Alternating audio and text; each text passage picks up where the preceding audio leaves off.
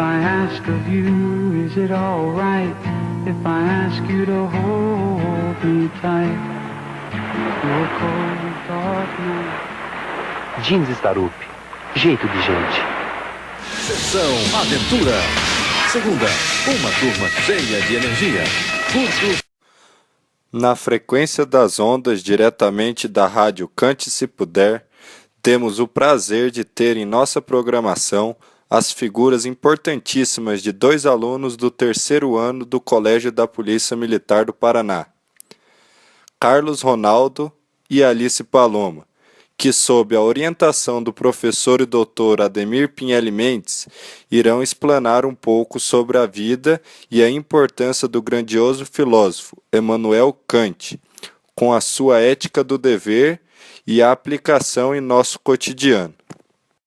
Para dar início à nossa programação noturna, abro a palavra a Alice Paloma. Boa noite a todos os ouvintes que estão na frequência da Rádio Cante. Agradeço desde já a audiência de todos que estão em suas casas, em seus carros, voltando do trabalho e que têm interesse sobre a filosofia. Em especial sobre o nosso querido filósofo Immanuel Kant, mais conhecido como Kant.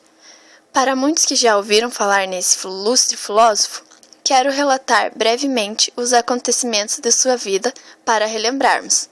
E para quem ainda não ouviu a história dele, não desliga aí, pois sei que você irá se interessar muito.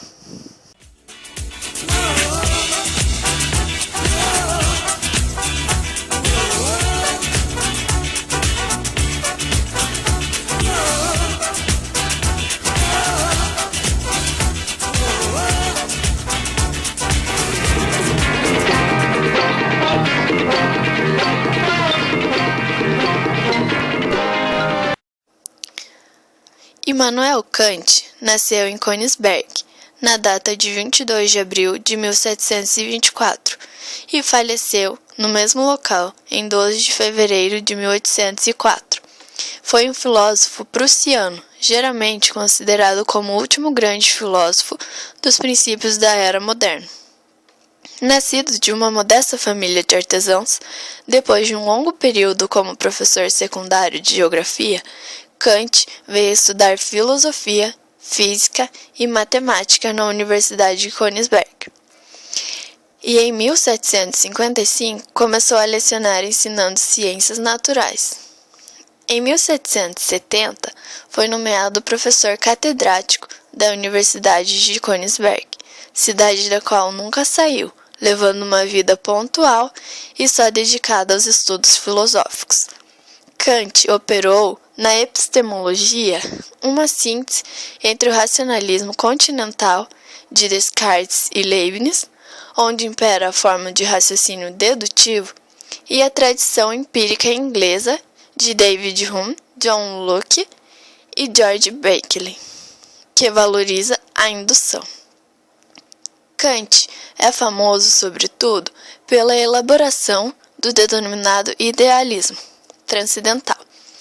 Todos nós trazemos formas e conceitos a priori, aqueles que não vêm da experiência, para a experiência concreta do mundo, os quais seriam de outra forma impossíveis de determinar. A filosofia da natureza e da natureza humana de Kant é historicamente uma das mais determinantes fontes do relativismo conceitual, que dominou a vida intelectual do século XX. No entanto, é muito provável que Kant rejeitasse o relativismo nas formas contemporâneas, como, por exemplo, no pós-modernismo.